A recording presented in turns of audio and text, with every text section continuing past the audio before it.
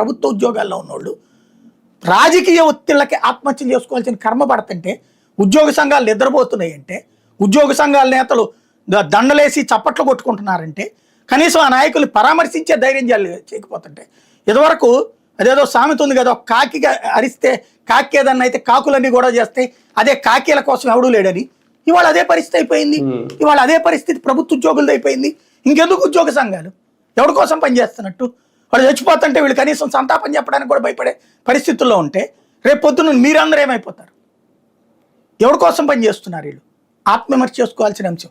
జగన్ రేపు పొద్దున చేస్తానంటున్నది కూడా అదే సమస్య అవుతుంది.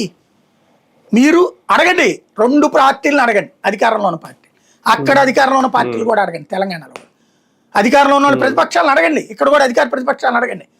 మేమేం పాపం చేసాం, మీరు చెప్పినట్టు వినొద్దా?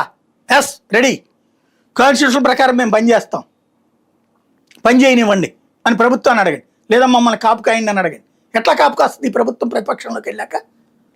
అప్పుడు నిజాయితీగా వెళ్ళి ఆలోచించాల్సిందేంటి? మేము రాజ్యాంగబద్ధంగా పనిచేస్తామండి. ఆ రోజున తెలుగుదేశం పార్టీ కార్యాలయం మీద దాడి తప్పని చెప్పాం, గన్నవరంలో తెలుగుదేశం కార్యాలయం మీద దాడి తప్పని చెప్పి పోలీసులు నిద్రపోతున్నారని చెప్పాం. ఈ అంతే, నిద్రపోతే పోలీసు వ్యవస్థ, న్యాయ వ్యవస్థ నిద్రపోతే సమాజం చచ్చిపోతుంది. ఆలోచించుకోవాల్సిన సందర్భం. కానీ ఈ అరెస్టు, ఈ హడావుడి, ఈ పర్వం ఇదంతా చూసినప్పుడు తెలుగుదేశం పార్టీకి ఒక రకంగా కాస్తంత మైనస్ అయ్యింది, వ్యతిరేకత మూటగట్టుకోవాల్సి వచ్చింది అని ఏమన్నా? ఇదేమి India today mood of the nation కాదండి. వాళ్ళ ఎన్నికలు జరిగితే ఎన్ని సీట్లు అనుకోవడానికి కరెక్ట్గా ఎలక్షన్స్ 6 నెలల ముందు మైండ్ సెట్లు ఉంటాయి. ఈ లోపు ఇవన్నీ తెలుగుదేశం వాళ్ళకి ఇబ్బంది